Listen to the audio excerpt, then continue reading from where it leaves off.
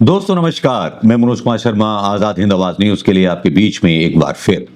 दोस्तों यूं तो कहा जाता है कि हमारे देश में विपक्ष है तो सवाल जिंदा हैं, और सवाल जिंदा हैं तब विपक्ष की इज्जत करनी चाहिए। जब पाक और हिंदुस्तान के युद्ध की बात चल रही है तब यहां पर कुछ ऐसे गंदे पत्रकार और ऐसे गंदे मोदी जी के समर्थक हैं जो मोदी जी की छवि को खा जाएंगे।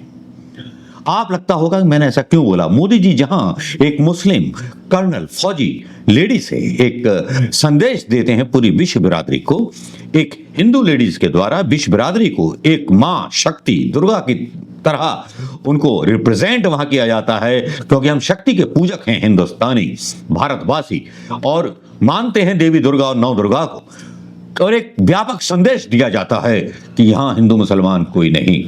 लेकिन यहां ऐसे बेगैरत लोग हैं जो अपने आप को मोदी जी का समर्थक कहते हैं, लेकिन मोदी जी की इमेज को खराब करने पर हमारे हिंदुस्तान में जो एजेंडा आईएसआई कराना चाहती थी, हिंदू मुस्लिम कराना चाहती थी, उस एजेंडे को बस हवा दे रहे हैं।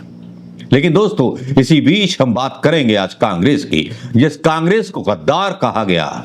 ये एक ऐसा दोहरा रवैया था जो देश के किसी भी व्यक्ति को पसंद नहीं आया, चाहे वो भारतीय जनता पार्टी का समर्थक हो या किसी भी पार्टी का समर्थक हो या वो कांग्रेस का समर्थक हो।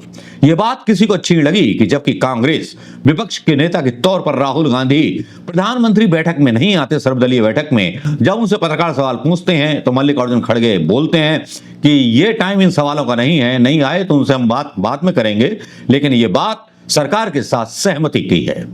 भले ही प्रधानमंत्री मोदी कहीं उलझे होंगे, एनएसए डोभाल के साथ उलझे होंगे, कहीं प्लानिंग कर रहे होंगे, हमारे प्रधानमंत्री कुछ ना कुछ कर रहे होंगे, नहीं आ पाए, बिजी थे, और राहुल गांधी ने बोल दिया कि हम हैं साथ में।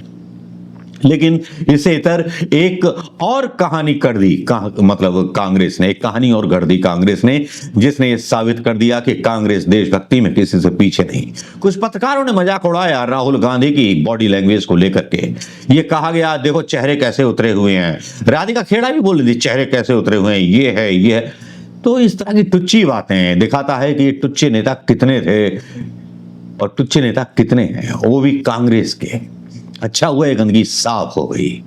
इन पर गुस्सा मोदी जी को भी आया होगा और हो सकता है कि जल्दी ऐसे नेताओं को बीजेपी आईटी सेल अपने यहां से निकाल दे। जब देश पर आपदा आती है और देश युद्ध स्थिति में होता है तब इन विवादों को भुला दिया जाता है। लेकिन यहां पर जो था पूरा प्रोग्राम पता नहीं किसके कहने से यहां पर लगाया गया, और जो कांग्रेस ने कहा है और जो कांग्रेस ने किया है उसके बारे में ही बताऊंगा। लेकिन यहां भारत तैयार पर घर में कितने गद्दार, इस तरह का कैप्शन जो था डीडी न्यूज पर चलाया गया और इसके बारे में रिपोर्ट कर दी गई कांग्रेस के द्वारा और कांग्रेस इस पर एक्शन लेगी। लेकिन अब आप सोचेंगे कि कांग्रेस ने ऐसा क्या कर दिया। कांग्रेस अब जो है पूरे देश में सेना यात्रा निकालेगी, सेना के समर्थन में पूरे देश में जय हिंद यात्रा निकालेगी। जो भाजपा से नहीं हो सकता वो कांग्रेस करके दिखाएगी। राहुल गांधी के साथ ये फोटो डाली गई है और साथ ही इसका आगाज जो हुआ है रेवंत रेड्डी के द्वारा हुआ है। रेवंत रेड्डी ने आज एक रैली निकाली भारतीय सेना के सम्मान में और उसके समर्थन में, और पाकिस्तान पर हमले के समर्थन में, आतंकवादियों के हमले के समर्थन में, आतंकवादियों पर हमले के समर्थन में। और रेवंत रेड्डी की जो रैली थी वो वाकई में अद्भुत थी और जिसमें उन्होंने एक संदेश दिया। और क्या कहा रेवंत रेड्डी ने, जरा ये भी सुन लीजिए।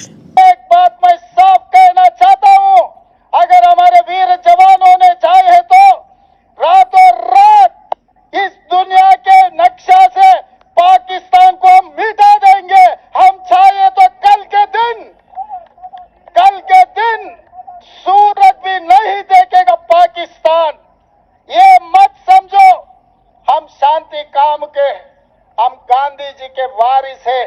हम शांति से अंग्रेजों को हरा दिए, हमारे देश ने आपके देश को भी हम आजादी दिलवाए। ये मत भूलो, हम चाहे तो दुनिया के नक्शा से आपको हम मिटा देंगे।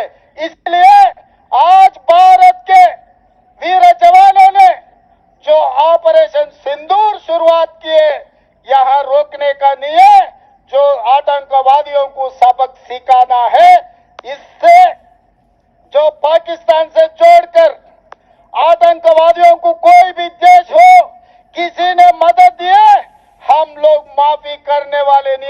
हमारे देश में राजनीति अलग होगा, हमारा पार्टी अलग होगा।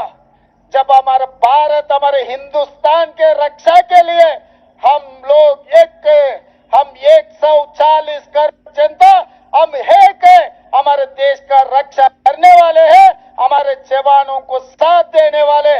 पाकिस्तान आतंकवादियों ने, याद रखो, हम चाहे तो हिंदुस्तान, चाहे तो दुनिया के नक्शा से आप लोगों को मिटाने के लिए हम तैयार। रेवंत रेड्डी ने जो बोला वो आपने सुन लिया होगा दोस्तों, लेकिन यहां पर इससे भी बड़ी बात होती है। अकबरुद्दीन ओवैसी हो या असदुद्दीन ओवैसी हो, सब के सब जो देश पाकिस्तान को सपोर्ट कर रहे हैं, तुर्की, चीन वगैरह, उनको उन्होंने अपने लफ्जों में करारा जवाब दिया है। हिंदुस्तान एक है, हिंदुस्तान की बोली एक है। और असदुद्दीन ओवैसी साहब को तो एक पाकिस्तानी उसने ही बोला कि आपकी इज्जत करते थे ओवैसी साहब, लेकिन अब इज्जत नहीं करेंगे क्योंकि भारत माता की जय आप बोल रहे हैं और हिंदुस्तान की सेना को आप सपोर्ट कर रहे हैं। क्यों ना करें सपोर्ट हिंदुस्तान को?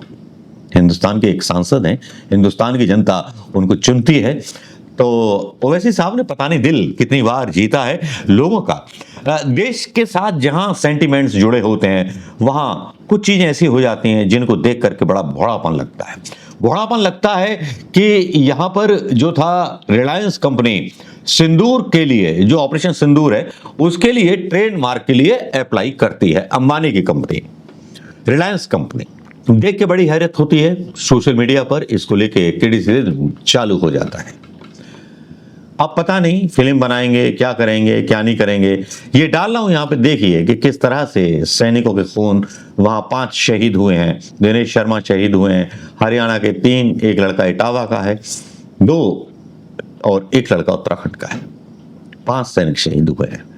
और हमारी सेनाओं ने जो पराक्रम दिखाया, और जो कांग्रेस करने वाली है, वो अपने आप में एक मास्टर स्ट्रोक है, क्योंकि राहुल गांधी खुद इन यात्राओं में शामिल होंगे। दोस्तों, क्या आपको लगता है कांग्रेस को इस तरह की यात्रा निकालनी चाहिए, या कांग्रेस को देश भर में एक जन जागरण, एक विपक्ष के नेता के तौर पर राहुल गांधी को करना चाहिए? मुझे तो ये आइडिया बहुत अच्छा लगा, और रेवंत रेड्डी ने जो बोला वो भी बहुत अच्छा लगा। आप क्या सोचते हैं कमेंट में बताइएगा दोस्तों। नमस्कार, जय हिंद।